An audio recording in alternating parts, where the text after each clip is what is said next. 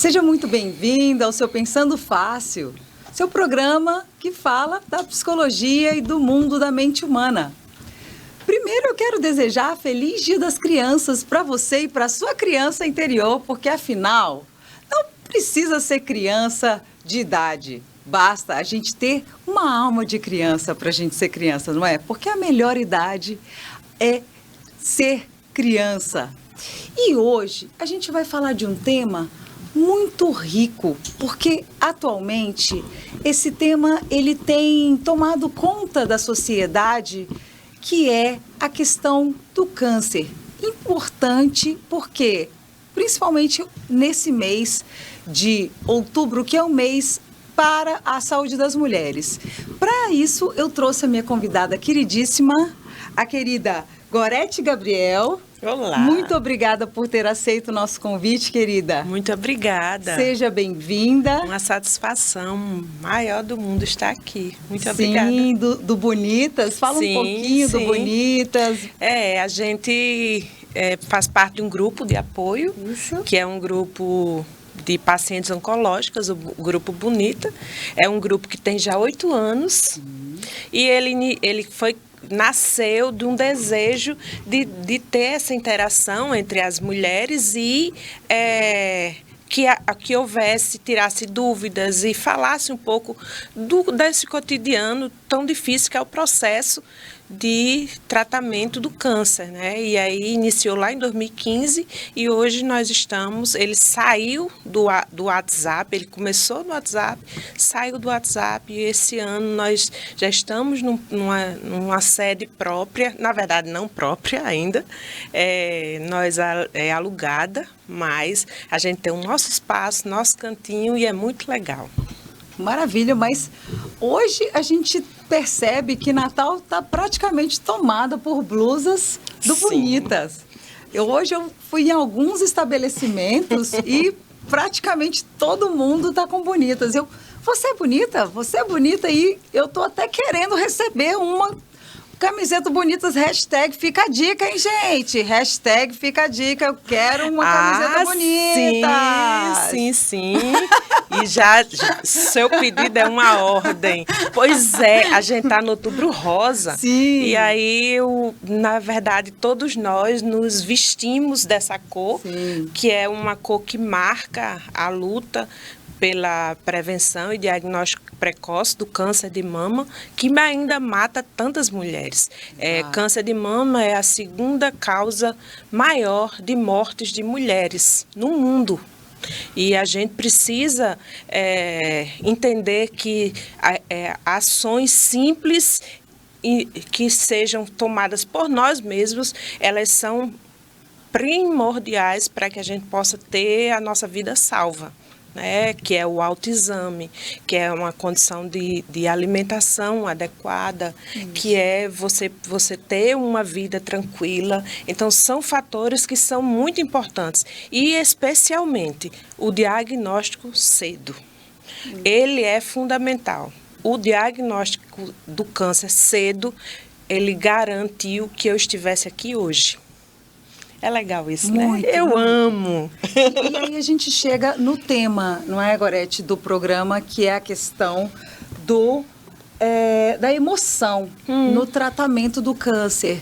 Todo diagnóstico de câncer, como você muito bem falou, quando uma pessoa recebe esse diagnóstico, ele mexe com a pessoa de uma maneira muito grande, mas ele também mexe com a família de uma maneira muito impactante também, porque é um efeito dominó, realmente, não é? Eu, inclusive, tive esse diagnóstico, estava compartilhando com você que tive esse diagnóstico com a minha mãe, tive esse episódio com a minha mãe, ela teve câncer de tireoide e realmente a gente sofreu isso na pele. É devastador. Né? E a gente sofre junto, é como se a gente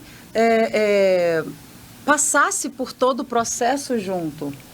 E a cura, quando a gente recebe o tratamento, e em alguns casos também você me explicou direitinho como é que é essa questão do nome cura ou de outros nomenclaturas que dão em outros casos dos outros cânceres, né?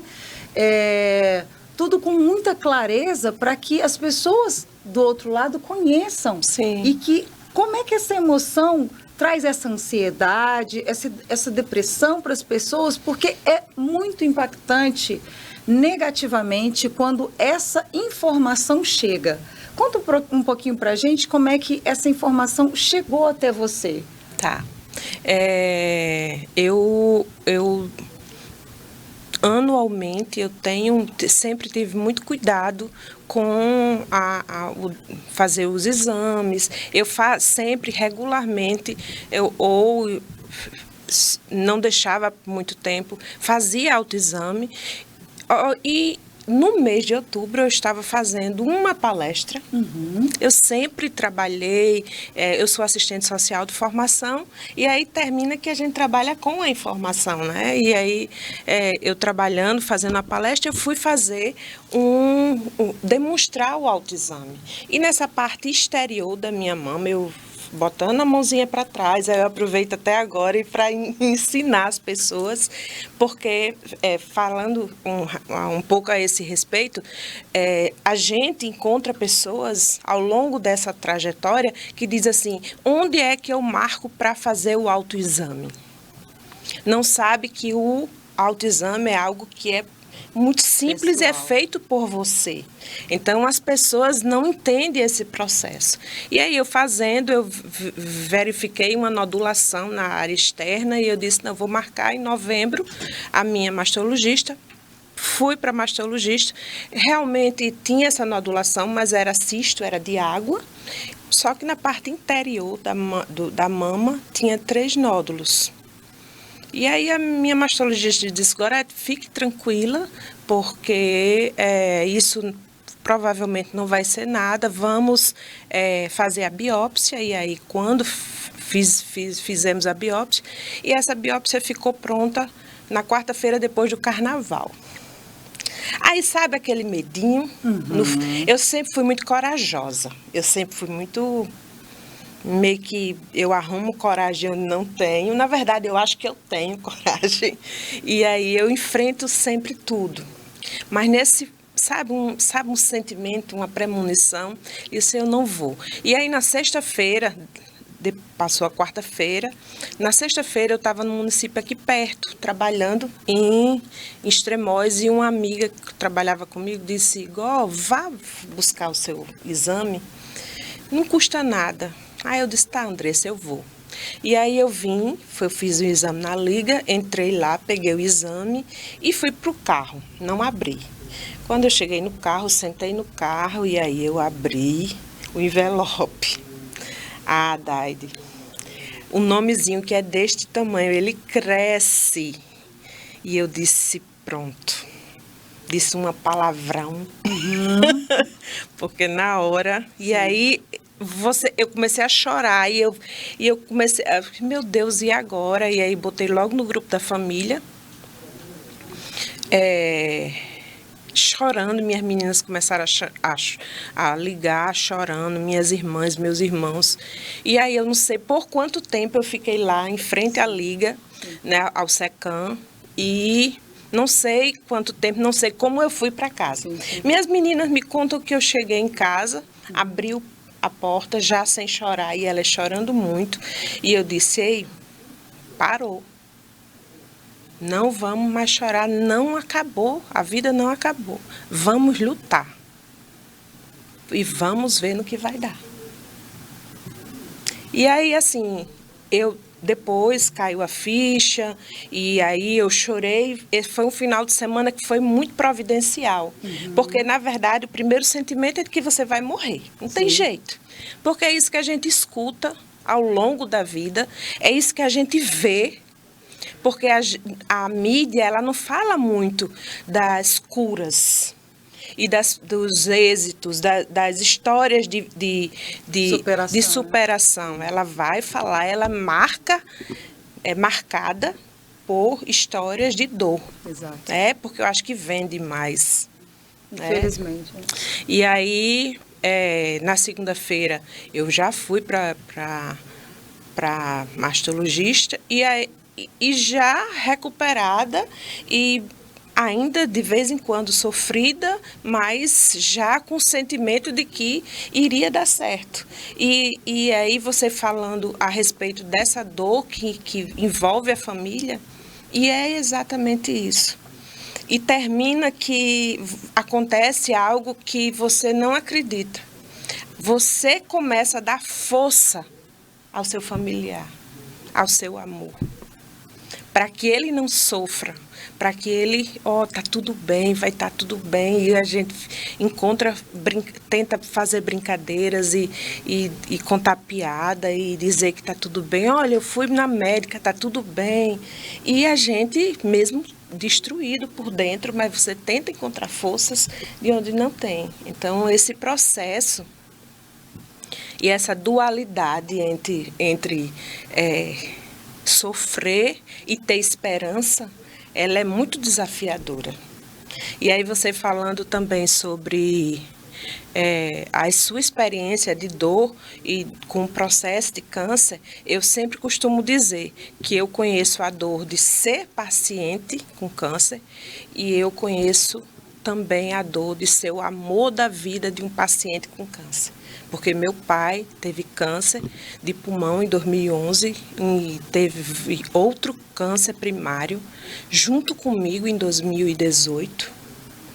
E ele viveu lindamente, lutou lindamente e ele fez a passagem de 2020. Uhum. E aí eu sempre digo, ele vai dizer, ele perdeu para o câncer. Uhum. Não. Uhum. Porque quando a pessoa que morre do infarto diz assim, ela perdeu para o infarto. Não diz que perdeu para um infarto. Né? Mas por que a gente perde para o câncer? Não, a gente ganha a possibilidade de ter um olhar para a vida diferente e a gente aproveita os momentos como se fossem únicos e últimos, porque você não sabe como é que vai ser o fim. E enquanto meu pai esteve vivo, a gente conseguiu aproveitar eles. Né? Uhum. E é isso, eu acho que é mais ou menos por aí, né? E é interessante você falando, Gorete, porque existem questões muito importantes de serem ditas e para que você aí do outro lado possa auxiliar, que com certeza existem pessoas próximas de você que vivenciam isso, que ou já passaram ou possivelmente vão passar, infelizmente vão passar, né? A gente comentava Sim. sobre as estatísticas das pessoas em relação ao câncer, sobre o tabu em relação ao câncer, que infelizmente, igual a várias situações, como a questão de estar aberto a fazer uma terapia, como estar aberto a falar como questões em relação à sexualidade, como estar aberto em relação a uma infinidade de coisas que fazem sentido e que iriam melhorar a vida das pessoas, mas que por ignorância mesmo, as pessoas não conversam, não se abrem, e em relação ao câncer também, se houvesse essa abertura para conhecer as informações, como essa questão do autocuidado, né? Do autoexame. Do autoexame. Do toque. Isso. E para que você não entenda esse exame, quando você tem o resultado positivo, como uma sentença de morte. Sim, sim. Que você entenda esse estado positivo como vou me integrar mais com a minha família. Vou buscar forças, porque obviamente é uma notícia ruim. É horrível. Né? Não vamos fantasiar. Não, romantizar algo que... Exato. Mas assim como uma infinidade de outras notícias, não é a única notícia ruim que a gente recebe. Mas ela pode ser encarada como uma notícia que pode ser dividida, como você dividiu. Possivelmente ela foi... a partir do momento que ela foi dividida, ela ficou um pouco mais leve. Sim. Por quê? Porque você recebe apoio, você recebe um amparo, você cria essa divisão. Claro, o dia a dia ele continua tendo esse peso, esse mal-estar, mas qual é a diferença da vida? A vida também é esse alto e baixo, não é, Gorete? Eu fico pensando, como é que a gente explica para uma criança como é a vida, se não são esses altos e baixos? Como é que lida com a emoção, se não são esses altos e baixos, não é verdade? Sim. O processo de entendimento de uma criança com o não da mãe, do pai, do responsável, é muito doloroso também. E a gente precisa entender que isso faz parte do desenvolvimento. E você falando a respeito dessa questão da relação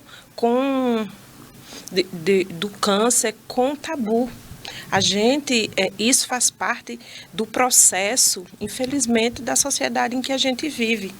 Primeiro, que a gente vive numa sociedade em que, se você tem câncer, antigamente, né, ainda isso é construído aí, a gente sabe que é algo que está evoluindo, mas que a gente precisa ainda fazer muito deverzinho de casa para que haja esse entendimento e essa mudança. Mas há um tabu até em pronunciar a doença, o nome da doença, câncer. As pessoas dizem assim, agora está com aquela doença, ou então está com CA, porque tem medo, faz abreviação do nome, porque tem medo de que isso atraia. Né? Ou então dizer assim, você está falando muito, você está com câncer, e aí você está falando, por exemplo, se eu não estava em tratamento e em algum momento eu falava de morte. Lá vem você falar de morte. Em qualquer outro tempo da minha vida, eu poderia falar em morte. Então, por que eu era reprimida naquele momento? Porque culturalmente, esse é algo que vai atrair. E aí essa coisa cultural que cai no senso comum e faz com que a gente vá perpetuando entendimentos como esse. Quando, na verdade, a gente tem que começar a desmistificar isso. Exato. Né? Então, é igual a mulher. Então, se tem um câncer de mama e perde a mama, eu perdi a minha mama esquerda, e aí eu fiz o tratamento todo de quimioterapia e todo o processo sem a mama. E isso não comprometeu a minha feminilidade, de nenhuma forma. E eu não me senti menos mulher por estar sem cabelo, por estar sem a mama. De jeito nenhum. Só que isso não é regra. Sim. Né? Até porque somos seres singulares. Então, e a gente sabe que tem as questões que estão envolvidas nisso e que diz, pronto, ela tem o câncer, então é uma velha, ou então vai morrer, então ela já não é mais mulher, ou então se você faz é a mesma coisa que se fazer uma esterectomia, vai dizer, então ela não é mais mulher. Então, são questões que a gente tem que trazer para a mesa da nosso lar, para trazer para espaços como esse, e aí você é maravilhosa de ter essa proposta da gente poder conversar abertamente sobre essas questões que falam sobre o que a gente pensa. E a gente poder falar aqui e levar esse papo, essa informação, esse diálogo para tantas outras pessoas que às vezes precisam de que entendam que esses processos eles são difíceis, mas não são impossíveis. Exato. De serem superados. Exato. E falando um pouquinho em relação ao câncer, ao diagnóstico, é importante elucidar, esclarecer que o câncer ele tem muitos estudos que informam que ele acontece a partir depois de 2 anos que existe um acontecimento muito traumático na vida das pessoas, emocionalmente. E como o nosso tema hoje é relacionado a essa questão da influência emocional, a gente entende essa questão dos traumas emocionais, mas é importante que a gente também traga as emoções positivamente para a cura também, para o tratamento do câncer. Porque se sabe que perdas, elas interferem muito para ocasionar muitos tipos de câncer em alguns órgãos, não é? Essa questão dessa relação, ela é muito peculiar. Por quê? Porque o processo, eu vou falar aqui, assim, a partir do que a gente lê um pouco, né? Eu não sou da área de saúde, mas o processo de desenvolvimento da célula e do tumor é um processo inflamatório que ocorre, né? Naquela célula. E aí ela, por algum momento, ela tá ali quietinha e aí tem um gatilho, um start, e ela começa a crescer, e a célula com câncer é uma célula que cresce muito rapidamente. Por isso que, por exemplo, a quimioterapia, um dos efeitos colaterais da quimioterapia é a queda do cabelo. Por quê? Porque precisa de um medicamento que trate, que combata essas células que se desenvolvem muito rapidamente.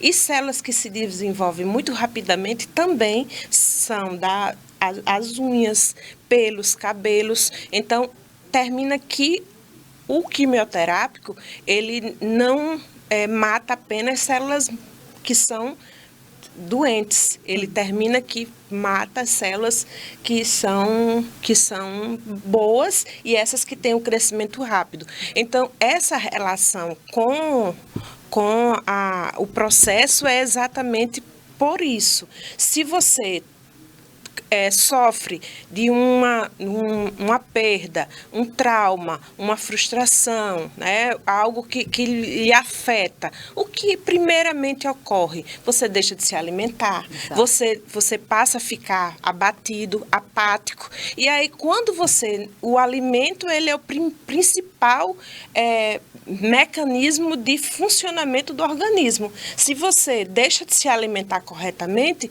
você vai perder os nutrientes que precisa e aí seu corpo ele vai terminar, que vai ficar fragilizado, sua imunidade baixa, e aí o que é que acontece?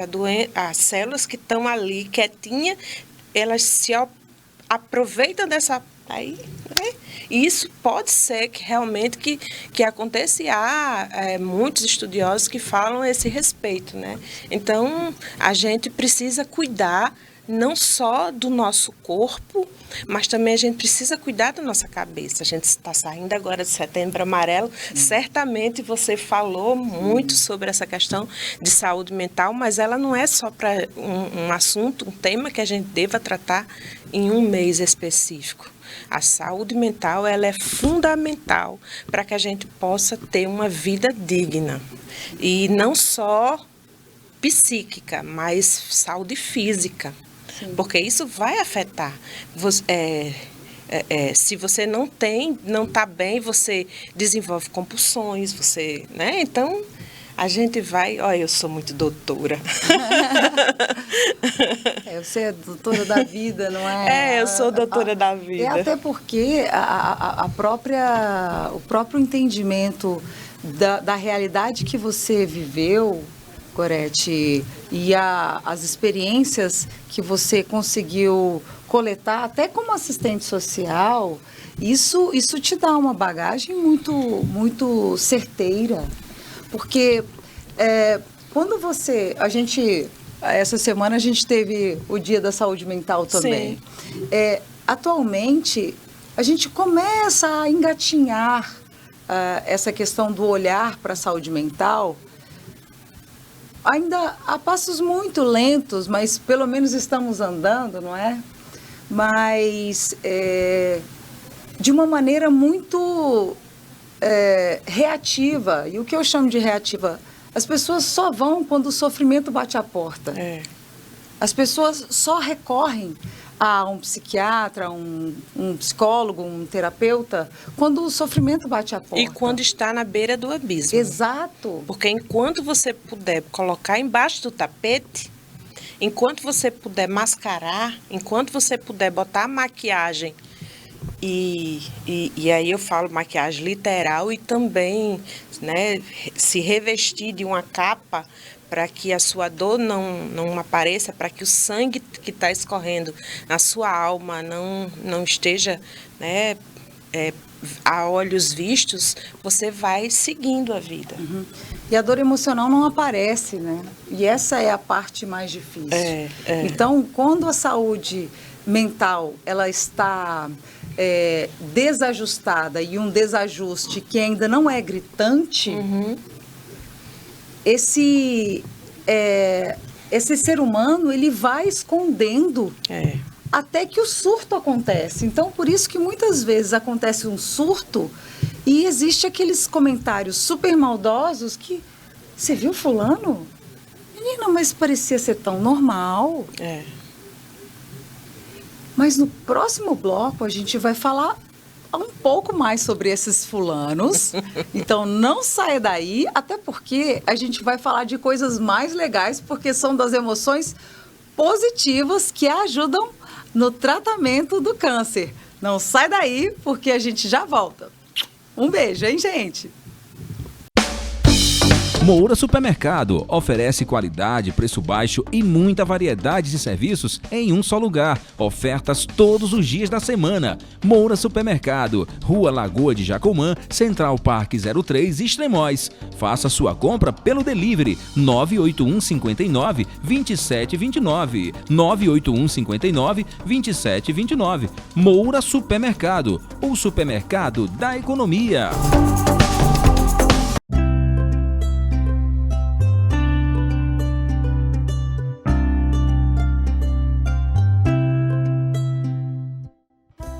O Lar da Vovozinha está há 40 anos cuidando de quem sempre nos deu amor e carinho.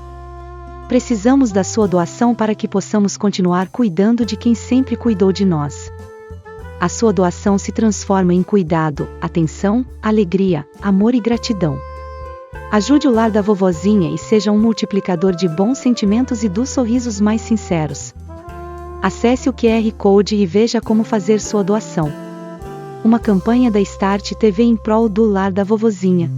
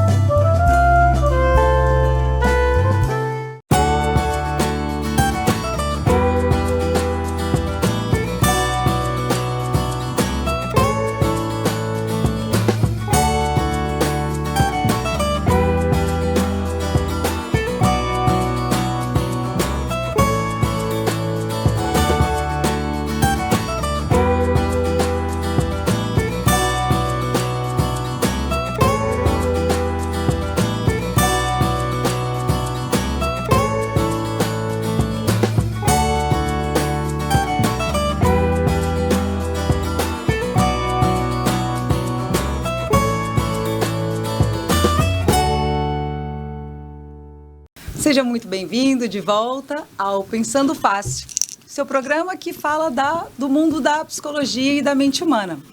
No primeiro bloco, a gente falou um pouquinho sobre o mundo do câncer, como é que ele interfere na família.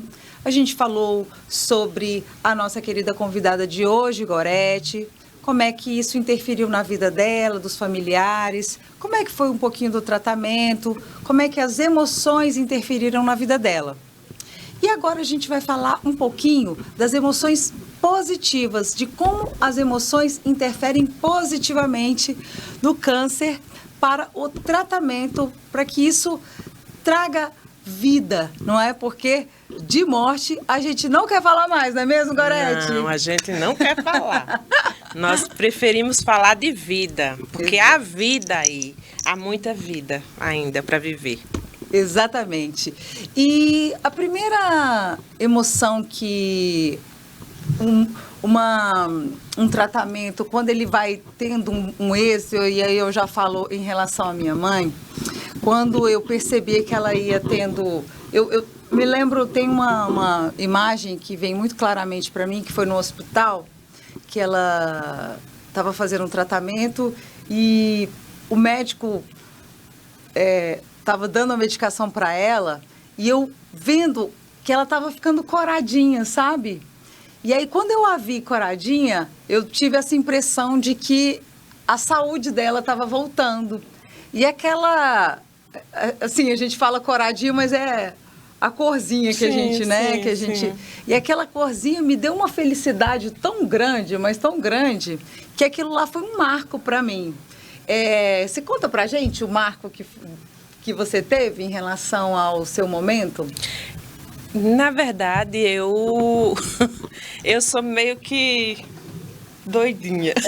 Conta pra gente. Eu gosto eu sempre tento tirar os pontos positivos de todas as situações e eu sempre gosto de tirar uma gargalhada de quem esteja comigo. Tem até alguns amigos que falam, olha, se nada na vida de Gorete der certo, ela vai para ser comediante. Claro que não seria isso, que os comediantes são profissionais competentíssimos e talentosíssimos, mas é essa questão da analogia e da brincadeira, né? Sim. E termina que durante o tratamento de câncer, eu também lidei com muita leveza com o processo todo. E a gente precisa fazer isso. E aí, tem alguns momentos que são muito marcantes. Um deles, eu ainda ia iniciar a quimioterapia e eu pensava, meu Deus do céu, eu aceito ficar sem cabelo, mas sem sobrancelha, ficar com a cabeça de minhoca. Como é que eu vou ficar, Jesus, com cabeça de minhoca? Sim. E aí terminou que eu consegui e fiz a micropigmentação antes de iniciar. Mas assim, essa é uma história que sempre todo mundo dá risada com isso. E assim, em alguns momentos, eu tenho duas meninas. Sim. Carolina e Maria Clara, e elas sempre estiveram comigo em todos os momentos. Isso é algo que é muito, muito forte, legal, presente, sabe? E é muito, muito positivo na vida, pelo menos na minha vida. Sim. E a gente foi brincando e com o processo também. E aí fomos testar lenços. Porque eu não sabia fazer as amarrações. Sim. Então, vamos todo mundo testar os lenços quando meu cabelo começou a cair. E aí era muita risada que a gente dava e a gente termina que essas memórias são carinhos, são momentos que ficam marcados para a vida toda, né? A esse respeito.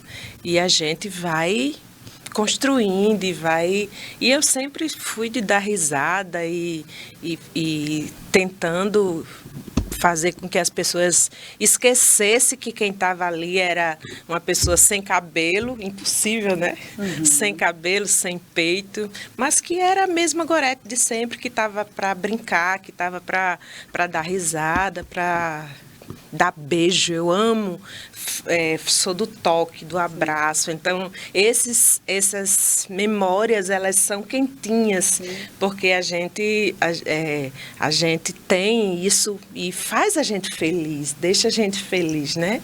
Então, durante todo o tratamento foi meio que assim, a gente feliz e sendo grato por cada conquista, por cada resultado bacana dos exames. E eu acho que o caminho é esse. E não apenas por câncer. Eu acho que a gente precisa encontrar alegria e leveza em tudo que a gente faz na vida, sabe? Eu falo com propriedade do câncer, mas a gente poderia estar falando aqui sobre qualquer um outro assunto e eu teria talvez as mesmas respostas ou as mesmas posicionamentos a respeito da vida e de como a gente poderia tratar e a gente deve tratar as coisas sempre com muita leveza, com amor no coração, dizer que ama, dizer que a pessoa está linda. Eu acho que essas... E também dizer quando está feia. Sim. A gente precisa, né? Afinal de contas, a gente precisa também ser verdadeiro, Verdade. às vezes, para que as pessoas que estão conosco não saiam também tão feios, né? E eu acho que o equilíbrio é a chave de todas as questões. Né? A gente estava até brincando aqui no intervalo e falando sobre a respeito de como era que a gente ia conduzir esse segundo bloco. E a gente brincando disse assim, ó, vamos fazer do limão a limonada, que na verdade é o que a gente faz na vida. Nosso cotidiano, o da tua casa, com teus filhos, com teu companheiro, com teus colegas de trabalho, com teus pacientes. Então, a gente precisa encontrar leveza, porque imagina, você carregada, chata, pesada, com energia que sempre reclamando, que às vezes as pessoas não têm nem do que reclamar. Mas está incomodado por conta da posição da lâmpada, por conta de que não foi bem lavado o móvel, ou que o filho... Peraí, gente. Carlos Drummond de Andrade fala que uma casa, a gente tem que limpar a casa e arrumar a casa, mas de tal jeito que a gente consiga encontrar tempo para viver nela. E eu acho que a gente precisa cuidar da nossa principal casa, nosso principal lar, que é o nosso corpo. De um jeito que a gente possa encontrar tempo para aproveitar ele, para ter momento de fazer nadismo, a gente ter momento de não se cobrar tanto, ouvir apenas o que os pássaros, as árvores e isso, Daide, o câncer me ensinou a olhar e a ter essa sensibilidade sobre todas as coisas. Eu sempre fui muito cuidadosa com relação a isso, de olhar para a natureza, mas a gente termina que vê a vida com outros olhos.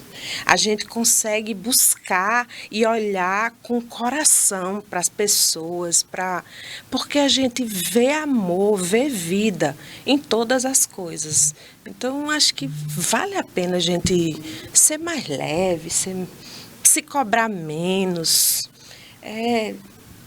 para que a gente não tenha tanto processo inflamatório e desencadeie doenças e a gente, seja pesado, basta as dores e os pesos físicos que a gente tem que carregar, porque para que trazer sacolas e cargas imaginárias, né? De pesos que a gente não carrega mais e nem é obrigado mais a carregar, e a gente carrega para quê? Né? A cada dia basta o seu peso, não é, Gorete? E a gente vive com tantos pesos e vamos viver, que a gente não sabe o dia de amanhã.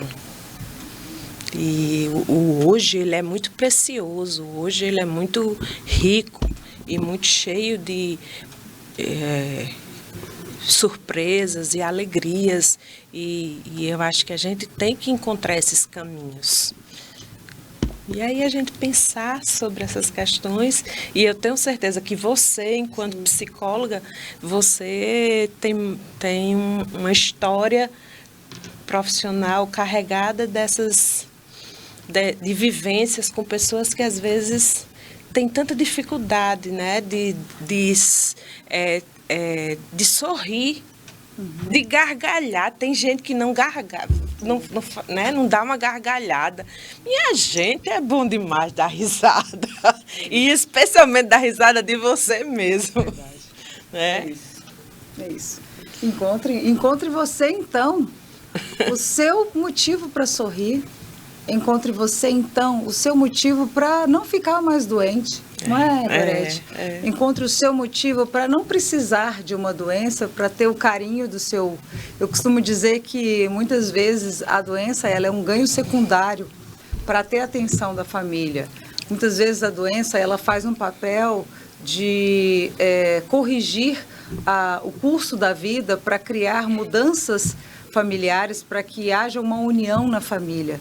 Que esse não seja o seu caso. Que a mudança positiva na sua família venha por um bom motivo, por um motivo positivo. Faça dessas palavras da Gorete, faça desse programa a sua mudança, porque isso vai te fazer uma pessoa muito mais feliz. Aqui eu quero encerrar já agradecendo imensamente Foi um prazer a sua participação, estar aqui. Gorete. Você é uma pessoa iluminada, iluminou com certeza a vida das pessoas que vão assistir esse programa. Muito com certeza. obrigada. E volte o número de vezes que você quiser. Viu? Linda, muito você obrigada. É muito bem-vinda. Muito obrigada a todos. Foi um prazer maior do mundo. E importante, não deixe uma tragédia acontecer na sua vida para que você possa ressignificá-la. Vamos viver. É isso, é isso. E para você, um beijo e até a próxima quinta-feira no seu Pensando Fácil. Beijo e até lá.